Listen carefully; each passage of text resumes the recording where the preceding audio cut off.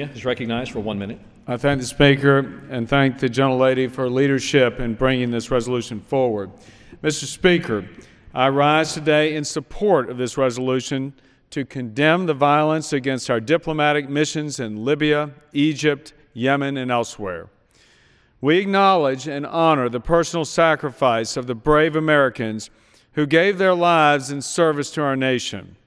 U.S. Ambassador Chris Stevens, Foreign Service Information Management Officer Sean Smith, and security officers Tyrone Woods and Glenn Doherty tragically lost their lives far from home in Benghazi, Libya, where they were promoting American interests and helping the Libyan people secure the hard-fought gains of their revolution.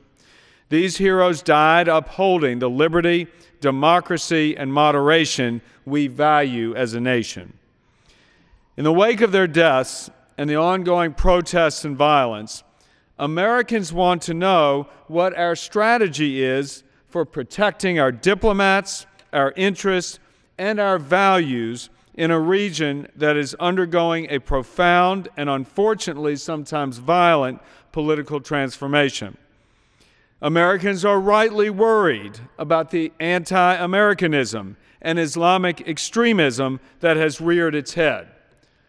I share the concern that Americans have about the situation in the Middle East, and I believe the President should explain his strategy for navigating the uncertain waters before us. But I know that one policy we must not pursue is to turn our back on this troubled region. Withdrawing from the region would embolden the extremists and justify Osama bin Laden's strategy, leaving the moderates who share our values and who desire democracy to combat the forces of violence alone. We are not alone in this fight. From Morocco to Indonesia, there are brave Muslims who oppose violence, who desire good relations with the United States, who respect religious freedom, and who risk their lives by preaching tolerance and moderation. We should redouble our efforts to stand with these Muslims who seek to protect a great religion from being subverted by extremists. We should not abandon Libya because terrorists seek to undermine a government that is making progress towards establishing a democracy and that is joining the fight against terrorism. Egypt's democratic revolution is unfinished, and much work remains to ensure that its first election is not its last. We should work with Egypt's leaders to help them build a democracy that respects individual rights, women, and religious freedom, while being clear that we will not tolerate policies that give any ground to terrorists or undermine our security or that of our ally Israel. American assistance is not an entitlement, and Congress expects Egypt's new leaders to respect the parameters and conditions of our generous aid. America must not abandon its partners, just as we should not apologize for our perceived sins. We must demonstrate leadership.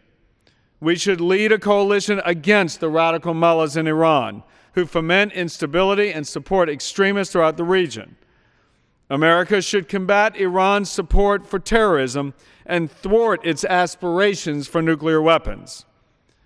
America should be leading an international effort to bring overwhelming pressure on the Assad regime in Syria to end once and for all its state sponsorship of terrorism and to bring about a new government in Syria before that society fractures beyond repair.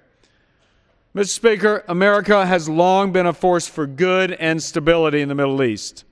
When we have retreated in the past from playing this role, we have paid dearly.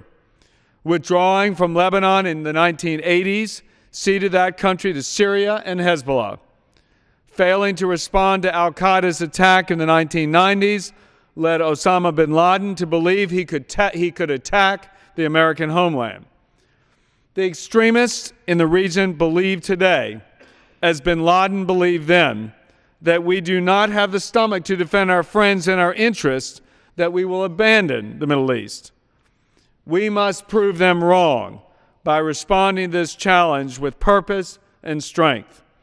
We must stand with our friends and hold our enemies to account. And I yield back. Gentleman yields back his time. Gentleman from